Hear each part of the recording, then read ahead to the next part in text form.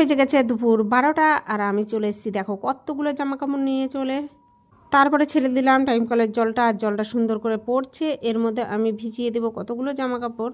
আর শীতের মধ্যে এতগুলো জামা কাপড় কাচতে যে আমার যে কি কষ্ট হচ্ছে, কিন্তু আমাকে যে কাচতেই হবে। এই অসুস্থ শরীর নিয়ে আমাকে দেখো সব জামা কাপড়গুলো ধুতে হচ্ছে। আমি কিন্তু এখন নিজের বাড়িতে নেই, আমি আছি বাপের বাড়িতে। অসুস্থ বউ নিয়ে আমি চলে এসেছি। আজকে আমাদের কিন্তু 9 দিন, কালকে হবে 10 দিন। আর 9 দিনের দিন আমি কিছু কেচে ধুয়ে একটু গুছিয়ে রাখছি, যেহেতু ঠান্ডা অনেকটা পড়ে গেছে আর অনেকগুলো সোয়েটার আছে, সেগুলো একদিনের মধ্যে শুকাবে না। দেখো আমার মা আমাকে খাইয়ে যতটা যত্ন করে আমাকে সুস্থ করছে, তার থেকে আমি বেশি আরও কেচে ধুয়ে অসুস্থ হয়ে যাচ্ছি। এই জামা কাপড়গুলো কে কাচবে? আমার যে এতদিনে যা ভিটামিন হয়েছিল, আমি যা খেয়ে একটু জুতজাত একটু তরতাজা হয়েছিলাম, সেগুলো একদম শেষ হয়ে গেল। এখনও তো বাড়িতে যে কত জামা কাপড় রয়েছে, সেগুলো আমাকে বাড়িতে গেলে আবার ধোলাই করতে হবে।